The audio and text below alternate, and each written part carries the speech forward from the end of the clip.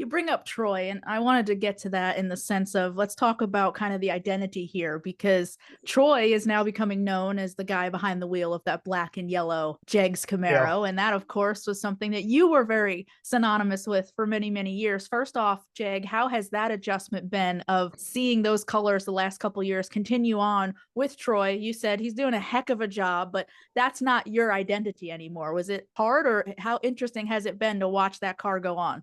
I think it's been great. One, it was a transition that, I wanted to make personally, to get out from behind the wheel and to just take some time for myself and focus on family and business and other elective activities.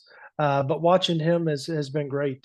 He's traveled with me to a lot of races when he was young, stayed with us a lot at our home. And, Jeggy's a couple years younger than him. My son's probably 4 years younger than Troy Jr. So they hung out a lot together as kids and came bracket racing with me and came pro stock racing with our family because obviously his dad did a lot of pro stock racing and then later pro mod racing. But what a study of the game. I mean, there's nothing that kid ever wanted to do other than work at the family business Jegs and drive a race car. And that race car is defined in many different ways because he's driven bracket cars, super gas, super calm, top alcohol dragster, top fuel, pro stock. But I know in his heart, he'd love another crack at the top fuel deal because he really had a tough go with the outfit he was racing with and the way things kind of went for him. And this is just me on the outside looking in. I was physically there, and naturally, a lot of things have been discovered and shared since then that maybe didn't have him in the greatest of opportunities. So, but I know pro stock is number one in his heart, is what I was getting to. But I know he'd love another crack at top fuel just because he is one hell of a wheelman, a great racer, and but living through him this last couple of years has been a lot of fun. I've enjoyed it.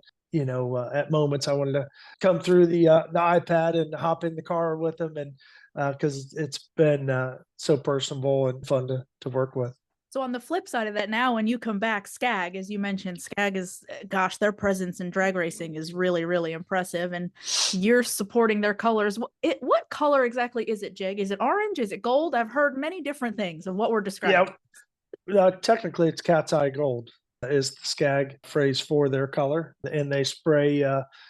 I'd love to. I can't even estimate how many gallons of cat's eye gold they spray, through their facilities in Wisconsin, with all the equipment that they build from zero turns, the stand behinds, the walk behinds, and the like. So yes, cat's eye gold it is, and it's really interesting for me because I transitioned from a family business in Jegs and the iconic yellow that we've donned for decades, and I feel like I've transitioned into a very similar environment. Yes, SCAG is 4 or 5 times the size of what Jegs is, but it honestly feels like I don't want to say small family business.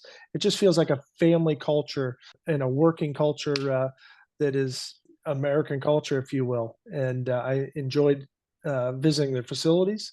I'm proud to represent their brand and hop behind the wheel of the Cat's Eye Gold SCAG Power Equipment Pro Stock car. It's an iconic color, much like that yellow was. That was the point I was getting to, and I couldn't ask for better support from a partner like that. Randy Glady, our kind of leader, so to speak, from SCAG, has been unbelievable. His expectations are to love, serve, and care, and that's one of their mottos: are love, care, and serve, and that is much like fits into our family motto as well. So it's been a great alliance, and thus far we've had, I would say, good success. As we look at the 24 season, we've been fortunate to get our second race win just a couple of weeks ago in Bristol, which was great. Really felt like we kind of muscled our way through that one much differently than we did the win in Vegas earlier in the year for the four wide. But as a team, I think we're doing very well. And as I said, I'm very proud to be a part of such an iconic brand with such an iconic flavor. It really does. All right, I've written that down. I like that they actually have a name for it, Cat's Eye Gold, and it's very recognizable. And where I was going with that is, Jeg, are you embracing this is almost an opportunity now for you to have maybe not just a different, but really kind of maybe your own identity for the first time, being away from that yellow and black? Yeah, it is. I haven't really looked at it that way. I mean, the yellow and black is, I'm sure if you slice my arm here, there'd still be some yellow and black coming out of it, and there is for sure, because it's a company that our father started, and my brothers and I owned and operated for decades, and had great success with it, and put a lot of heart and soul in it. Had a lot of families that we were able to watch come together and grow, and heck, some of their offspring later in life came to work with us. So it's still much that way. Obviously, we're not behind the helm of ownership or the day-to-day leadership side of it, but Jegs is still near and dear to my heart without question, and love nothing more to see the brand continue to succeed as it is. So times are good.